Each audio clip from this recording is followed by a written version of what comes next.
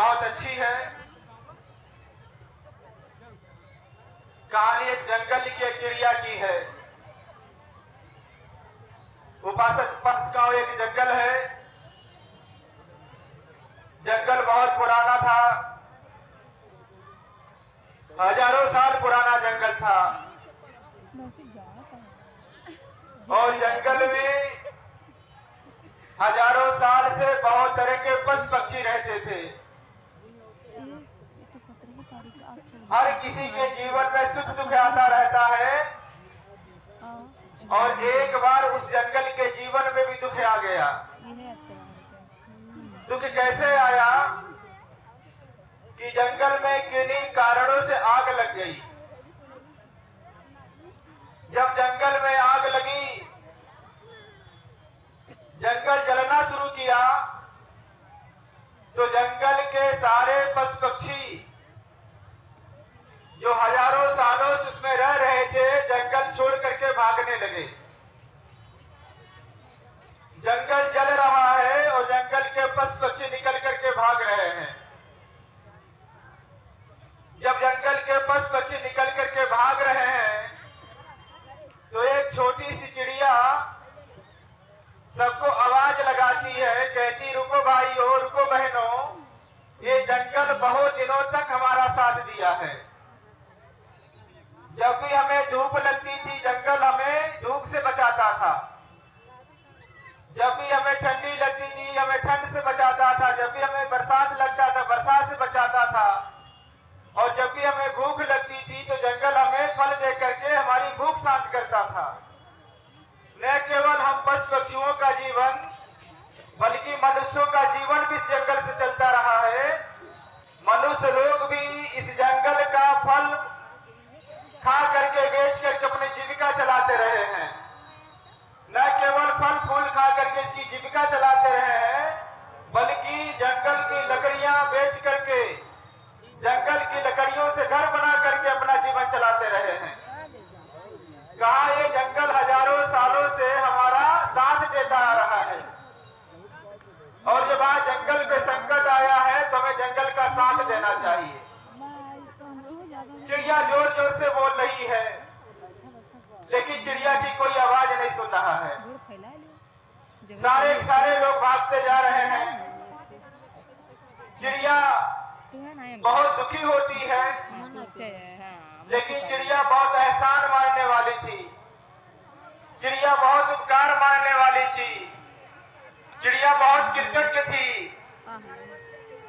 चिड़िया थोड़ी दूर पे नदी था, नदी पे चली गई, अपने चोंच में पानी भर करके लाती है, जंगल पे डालने लगती है।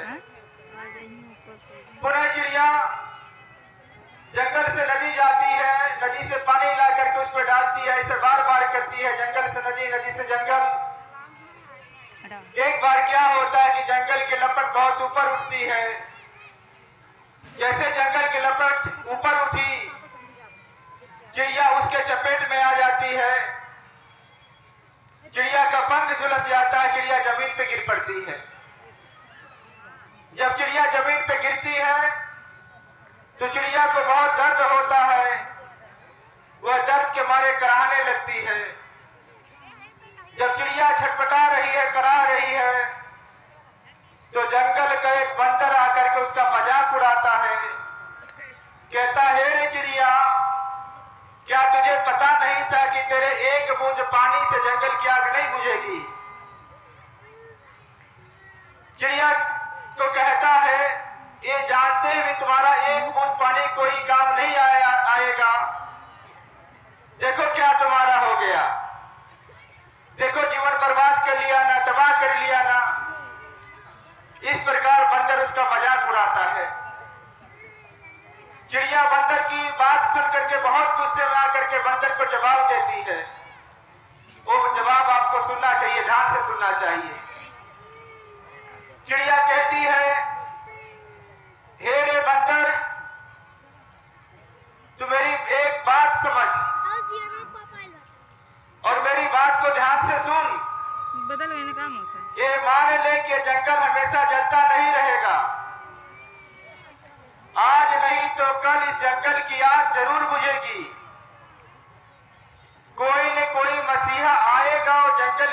बुझा करके जाएगा। आज जंगल पे दुख आया है तो कल जंगल पे सुख भी आएगा।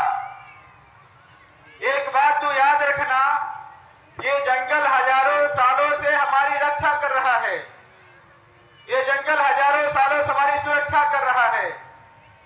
और आज जब जंगल पे संकट आया है तो तुम और तुम्हारे जैसे लोग जंगल को जलता हुआ छोड़ करके भाग रहे हैं। कहा कि मेरी बात याद रख, जब ये जंगल कभी बुझ जाएगा और जंगल के जलने बुझने का जब इतिहास लिखा जाएगा तो याद रखना, मेरा काम, मेरा प्रयास, मेरा नाम सोने के अक्षरों से लिखा जाएगा। चिड़िया कहती है तुम और तुम जैसे लोग जो जंगल को जलता हुआ छोड़ करके भाग रहे हैं, तुम्हारा नाम गद्दारों में लिखा जाएगा, तुम्हारा नाम बेईमानों में लिखा जाएगा, तुम्हारा नाम स्वार्थी लोगों में लिखा जाएगा। बच्चों, मैं कहानी इसलिए बता रहा हूं कि बाबा साहब डॉक्टर अम्बेडकर ने बहुत सुंदर सा पुल लगाया, बहुत सुंदर सा बागीचा हमारे लिए लगाया। उस बागीचे में बाबा साहब ने कई तरह के वृक्ष लगाए। आज बाबा साहब का बागीचा जल रहा है। बाबा साहब अपने बागीचे में शिक्षा का वृक्ष लगाया था। कहा हमारे लोग शिक्षित नहीं है, इसलिए उन पर जुल्म होता है, उन पर अत्याचार होता है, आगे नहीं बढ़ पाते हैं। अगर ये शिक्षित हो जाएंगे, ज्ञानी हो जाएंगे, अपने गुलामी की सारी बेड़ियां तोड़ देंगे और ये आगे बढ़ जाएंगे। हुआ भी ऐसे, बाबा साहब के अनुकंपा से देश शिक्षित होने लगा। देश में हर समाज के लोग शिक्षित होने लगे। देश का बहुसंख्यक समाज, गरीब समाज, सर्वहारा समाज शिक्षित होने लगा। ये बात यहाँ के मनोवादी व्यवस्था के लोगों को पसंद नहीं आई। उन्होंने क्या किया, बाबा साहब के शिक्षा में आग लगा दी। उन्होंने इस देश में शिक्षा का निजीकरण करना शुरू कर दिया, प्राइवेट स्कूल खोल डाले।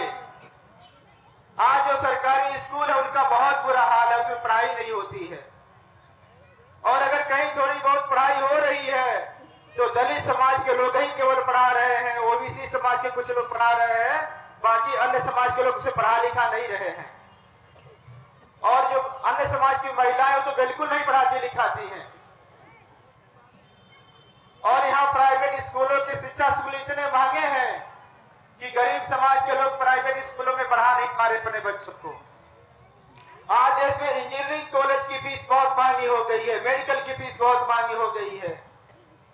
आपको अपने बच्चों को डॉक्टर बनाना है तो प्राइवेट स्कूलों का 3 करोड़ से लेकर के 5 करोड़ तक का कीमत है, फीस लग रही है। अब आप सोचिए अपने बच्चों को आप 5 करोड़ 3 करोड़ लेकर कैसे एमबीबीएस बना पाएंगे। तो बाबा साहब का जो शिक्षा दिया हुआ था उसमें आग लगा दी गई है। और हमारे समाज के जो शिक्षित हुए लोग हैं, जो प्राइमरी से लेकर के विश्वविद्यालय तक पढ़ा रहे हैं, वो बहुत कम लोग जिसके बारे में सोच रहे हैं, बाकी लोग सोच ही नहीं रहे हैं।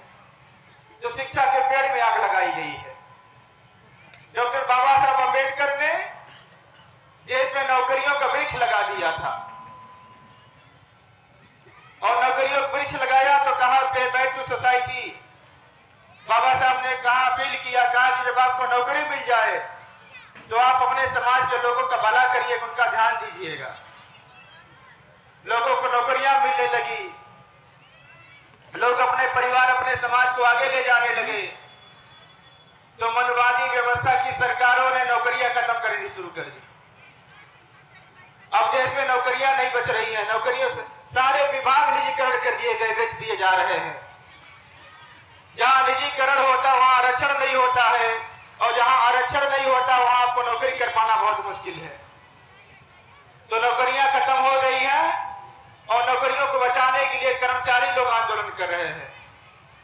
जो बड़े बड़े अधिकारी लोग हैं, जो बड़े बड़े पदों पर बैठे हुए हैं, सांसद है, विधायक है, मंत्री है, जो जज है, बड़े बड़े लेखक हैं, वो लोग शांत हैं, कुछ बोल नहीं रहे हैं।